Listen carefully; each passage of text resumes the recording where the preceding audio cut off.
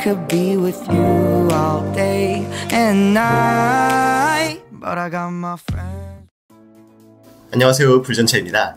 오늘은 시대의 큰 흐름들의 교차점에 있음에도 불구하고 재미가 없어서 잘 안 보는 주식, 그렇지만 너무 싸고 너무 확실해서 꼭 봐야만 하는 주식을 소개해드리고자 합니다. 바로 우리나라 최고의 공기업이자 산업의 핵심이 되는 전기를 파는 회사 한국전력입니다. 여러분, 올해 우리나라에서 가장 많은 영업이익을 벌어들일 것으로 예상되는 회사가 어딘지 아시나요? 첫째가 SK하이닉스, 둘째가 삼성전자, 그리고 세 번째가 바로 한국전력입니다. 전통의 강자인 자동차나 요즘 떠오르고 있는 조선주, 방산주가 아니고 말이죠. 이들의 시가총액은 어떨까요? 삼성전자와 하이닉스 모두 각각 1위와 2위의 시가총액에서 거래되고 있습니다. 그렇다면 한국전력은 3위도 아니고 13위도 아니고 고작 23위에 불과합니다. 우리가 알고 있는 주식평가의 기본, 주가는 이익의 함수다 라는 진리에 비해 한국전력이 너무 싸다는 점은 부인할 수가 없을 텐데요. 도대체 왜일까요? 물론 이런 저평가 받는 데는 수긍할 만한 이유가 있습니다. 지금은 이 회사가 분기당 영업이익 3조 원을 넘는 체력을 갖췄지만 불과 3년 전인 2022년에는 적자폭이 무려 33조 원에 육박했습니다. 이유는 단순했는데요. 코로나와 우크라이나 전쟁을 거치며 발전에 쓰이는 유가나 석탄 가격이 폭등했는데 이에 맞춰서 전기료를 제때 인상하지 못했기 때문입니다. 코로나가 끝나고 2022년부터 전기료는 빠르게 상승하며 높아진 원가를 반영했고 2024년에 들어서 한국전력의 수익성은 정상화되었습니다. 하지만 이 아뜩한 적자 행진을 거치며 한국전력의 부채는 2017년 말 109조 원에서 2023년 말에 자그마치 202조까지 상승을 했습니다. 같은 기간 부채 비율이 150%에서 무려 543%까지 급등을 해버렸고요. 여러분, 원래 부채 비율이 400% 넘는 기업은 신용평가사에서도 정크본드로 분류하기 시작합니다. 일반 기업의 부채 비율이 543%까지 올라갔으면 이 회사 채권은 카지노에서 도박하는 수준인 거죠.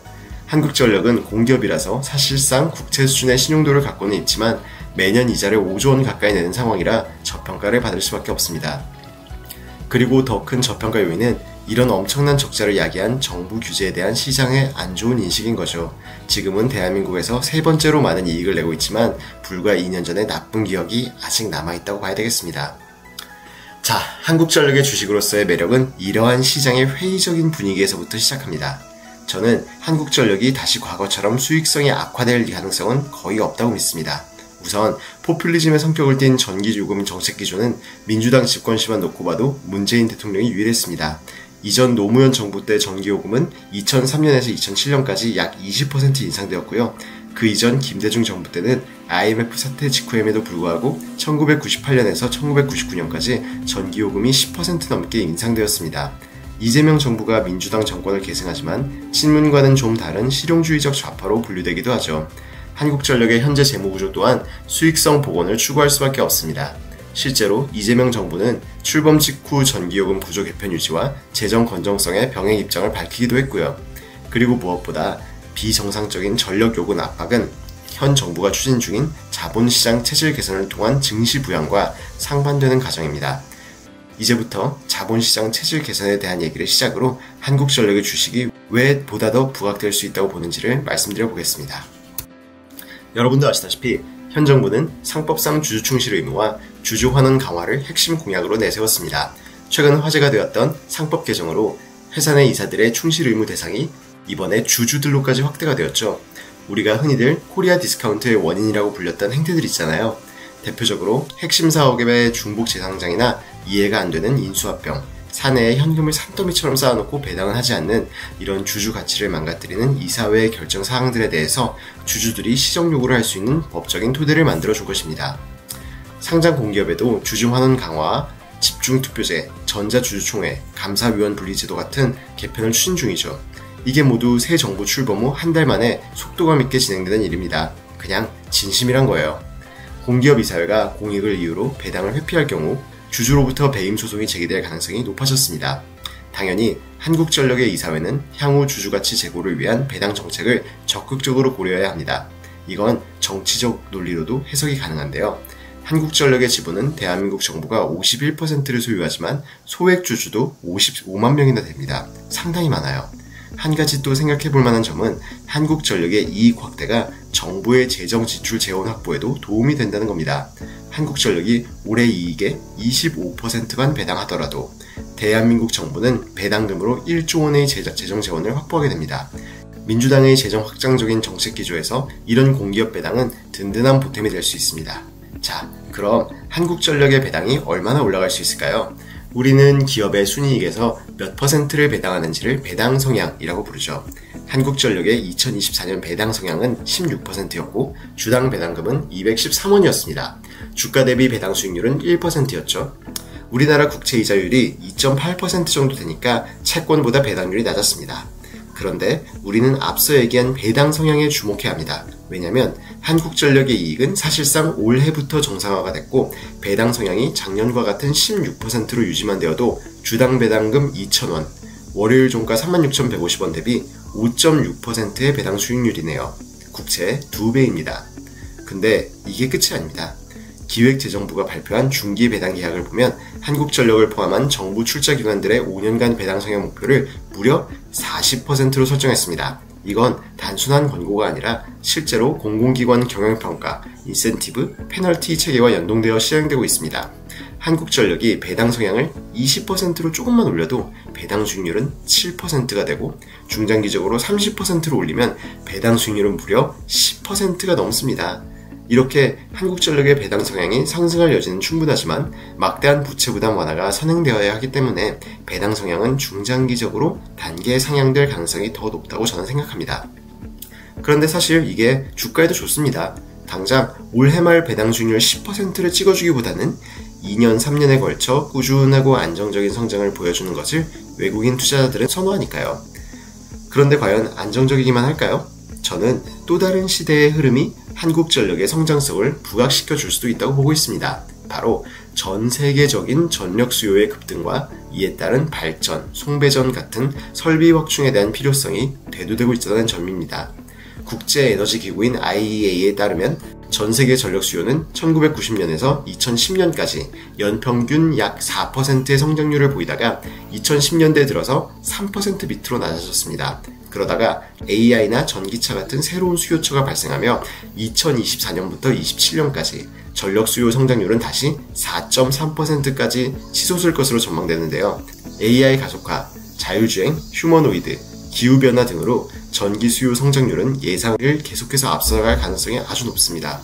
실제로 지난달 7월 24일 미국 최대 전력 공급 업체인 PJM이 전력 용량 경매를 했는데 시장의 기대치를 완전히 뚫어버린 전례 없는 높은 가격을 경신했습니다. 작년 경매에서 메가와트당 269달러였던 게 올해는 22% 상승한 329달러에 낙찰된 거예요. 요즘 LNG 발전이나 원자력 발전 같은 고효율 발전 산업을 비롯해 송전망, 배전망 같은 전력기기 산업이 크게 각광받는 이유가 여기에 있죠. 한국전력은 2024년 제11차 장기 송변전 설비 계획을 통해 2038년까지 15년 동안 73조 원의 투자 계획을 수립했고 이는 바로 1년 전에 발표된 10차 계획 대비 무려 29% 인상된 수준입니다. 이런 투자 기조를 유지하기 위해서라도 전기요금은 유지되거나 점진적 인상 가능성까지 점쳐집니다. 그리고 여기에 대해 저는 한국전력에 거대한 히든 밸류가 있다고 생각합니다. 바로 한국전력의 100% 발전 자회사인 한국수력원자력 주식회사, 줄여서 한수원의 가치입니다. 한수원은 2024년 13조 원 매출과 1.6조 원의 영업이익을 벌어들인 견실한 발전회사로서 매출의 98%가 발전 매출에서 발생했습니다. 여기서 주목해야 할 점은 한수원이 국내의 모든 원전 프로젝트를 담당하고 있고 해외 원전 프로젝트를 입찰할 때 팀 코리아 컨소시엄의 핵심 리더이자 운영 주체의 역할을 한다는 점입니다. 2009년 UAE 바라카 원전 수주가 대표적인 사례로 당시 한수원은 EPC 사업자, 즉 원전의 설계, 기자재 조달, 시공을 총괄하며 수출 이후 장기간 운영 및 유지 보수까지 담당했습니다. 2025년 6월에 계약 체결한 24조 원 규모의 체코 원전 프로젝트에서도 한수원은 총괄 계약자 역할을 수행하며 EPC와 운영을 책임지게 되었습니다. 여러분, 지금 전 세계적으로 원자력 발전은 각광받는 에너지원으로 급부상하고 있고 이건 불과 몇 년 전과 아주 많이 달라진 기류입니다. 국제에너지기구 IEA는 탄소 중립 달성을 위한 핵심 옵션 중 하나가 원자력이라고 공식 언급했고요. 미국, 일본, 유럽 같은 선진국 진영에서는 최근 신규 원전 착공 계획들을 발표하기 시작했습니다. 일본은 후쿠시마 이후 멈췄던 원전 17개의 재가동을 계획 중이고 신규 원전 설계까지 검토 중이고요. 미국은 지금부터 2030년까지 1기가와트급 이상의 대형 원자로 10기를 착공하겠다고 밝혔는데요. 1979년 3마일스 원전 사고 이후 미국 내 원전 건설이 없었다는 것을 감안하면 180도 선회한 행보입니다. 그러면 전 세계의 원전이 몇 기나 지어져야 할까요? IEA의 분석에 따르면 2023년 기준 원전 설비 용량은 416기가와트고 2050년까지 원전 설비 용량은 최대 1017기가와트까지 필요로 할 거라고 하네요. 근데 이때까지 노후로 사라질 설비가 또 120기가와트 있습니다. 그러면 2025년부터 2050년까지 원자력 발전이 신규로 721기가와트 지어져야 한다는 뜻입니다. 앞으로 매년 평균 28기 정도의 새로운 원전이 지어져야 한다는 계산이 나옵니다. 지난 10년간은 몇 기가 지어졌는지 아시나요? 1년 평균 6기 정도입니다. 앞으로 5배 가까이 늘어나야 되는 거죠. 다만 한 번 잘못되면 대참사가 일어나는 안정성이 핵심인데요. 근데 그렇기 때문에 수십 년의 기술 축적과 정부 차원의 지원이 필요한 고진입장벽 산업입니다. 전 세계적으로 대형 원전을 설계하고 건설할 수 있는 기업은 5군데 정도입니다. 대한민국의 한수원, 미국의 웨스팅하우스, 프랑스의 EDF, 러시아의 로사톰, 중국의 CNNC 정도가 있죠. 여기서 러시아와 중국은 서방 국가에서 수주가 어려운 상황이고 프랑스는 공사 지연과 비용 초과 문제가 반복되고 있으며 미국은 지난 40년간 원전 산업이 황폐화되어서 공급망을 갖추지 못한 상황입니다. 이에 비해 한수원은 자체적인 경쟁력과 경험치도 최상위권이며 경우에 따라서는 우방국인 미국과 협업을 통해 시장 파일을 넓혀갈 수도 있어요. 현지 공급망의 열악함을 감안하면 충분한 승산이 있다고 보여집니다. 또한 한수원은 최근 새로운 기술 트렌드로 주목받는 소형 원자로 SMR을 자체 개발 중인데 성공할 경우 또 다른 성장 동력이 될 수 있을 겁니다. 그럼 간단하게 실적과 밸류에이션을 살펴보겠습니다. 한국전력의 실적은 앞서 말씀드린 대로 전력 요금이 현재 수준으로 유지가 되는 가운데 비용의 가장 큰 변수가 되는 유가와 환율이 우호적으로 움직임에 따라 호실적이 이어질 것으로 예상됩니다. 애널리스트들의 영업이익 추정치는 2분기에 전년 대비 90% 성장한 2조 4천억 원, 2025년 연간으로는 70% 성장한 14조 3천억 원을 전망하고 있고요. 내년은 여기서 11% 더 성장한 15조 9천억 원을 예상하고 있습니다. 과거 한국전력의 주가가 6만원대 피크에 도달했던 2015년, 당시 연간 영업이익이 11조 원이었는데 당장 올해 영업이익이 그 당시 수준보다 30%로 웃도는 거죠. 여기에다가 한수원의 원전 수출 포텐셜은 얼마나 될 수 있을까요? 사실 이건 전인 미답의 영역이라 간단한 상상력이 동원되어야 합니다. 제가 앞서 IEA의 전망치를 감안하면 2050년까지 매년 28기 전후의 대형 원전이나 그에 준하는 소형 원전들이 지어져야 한다고 봤고 당장 대형 원전을 지을 수 있는 플레이어가 전 세계에 5개 남짓하다고 말씀드렸습니다. 한수원은 자체적인 경쟁력, 경험치, 공급망, 심지어 지정학적 위치도 상당히 유리합니다. 그래도 보수적으로 가정해서 10%의 점유율만 차지하더라도 매년 3기 정도의 원전 수주를 가정해 볼 수 있겠는데요. 최근 발주된 체코 원전 프로젝트는 원전 1기당 13조 원 정도의 규모고 이 가운데 30에서 40%를 한수원이 EPC로서 매출 인식할 가능성이 높습니다. 영업이익률을 한 자리 중후반으로 가정하면 한수원은 원전 1기에 3천억 전후의 영업이익을 벌어들일 수 있습니다. 이런 프로젝트들을 매년 3기 정도 수주한다고 생각하면 한수원은 2050년까지 연평균 영업이익 1조 원을 원전 수출에서 벌어들일 수 있는 가능성이 보이기 시작합니다. 물론 여기는 인플레로 인한 단가 상승과 반복 설계 제작을 통한 이익률 상승은 전혀 가정하지 않았습니다. 중공업과 건설업을 오래 보신 분들은 이게 어떤 의미인지 아실 겁니다.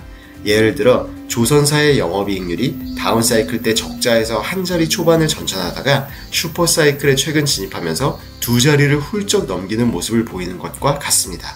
가슴이 웅장해지는 그림인 거죠. 자, 영업이익은 역대급인데 주가는 2015년 피크보다 40% 가까이 낮아진 상황이니 싸 보이긴 합니다. 올해 예상되는 ROE가 17%인데 지금 주가 기준 PBR이 0.6배, PER은 3배입니다. 일본의 전력회사인 탭코를 비롯해 다른 나라 국영 전력회사들을 보면 다 PBR은 1배, PER은 10배 정도에서 거래되니까 밸류에이션도 엄청 쌉니다. 근데 싸다고만 얘기하면 재미없잖아요. 어떻게 하면 비싸질 수 있을까요? 이번엔 전력회사가 아닌 원전 관련주들을 보시죠. 한수원에 비교되는 웨스팅하우스, EDF 등은 애초에 상장도 안 됐고, 소형 원자로 업체인 미국의 뉴스케일, BWX 테크놀로지는 30배 이상에서 거래되고 있습니다. 2027년 이익 기준으로 두산 에너빌리티 PER이 59배, 한전 기술이 33배입니다. 앞서 한수원이 원전 수출로 2050년까지 연평균 영업이익 1조 원을 벌어들일 수 있는 가능성이 있다고 말씀드렸죠. 여기에 33배의 PER을 적용하면 30조 원에 육박하는 사업 가치가 나옵니다. 지금 한국전력의 시가총액은 23조 원입니다. 여기에 한수원의 사업 가치가 30조 원 더해질 수 있다고 하면 2배 이상의 주가 수익이 날 수 있는 주식이 되는 겁니다. 한국전력 시가총액 50조 원이 어려울까요? 50조면 코스피에서 5번째로 큰 회사가 됩니다. 올해 한국에서 3번째로 높은 영업이익을 낼 수 있는 회사임을 감안하면 저는 충분히 바라볼 수 있는 수준이라고 생각합니다. 주가가 여기까지 올라가기 위해서 제가 생각하는 캐탈리스트로는 안정적인 정부의 전력 정책과 점진적인 배당 성향의 인상을 통한 시장의 신뢰 회복, 그리고 한수원의 해외 원전 수출 입찰입니다. 모두 향후 6개월에서 1년 내에 가시적으로 나타날 이벤트들이죠. 이상 불전차의 한국전력에 대한 의견을 말씀드렸습니다. 제 의견이 도움이 되셨다면 구독과 좋아요, 알람 설정 꼭 부탁드리고요. 우리 다같이 불전차를 타고 가시죠.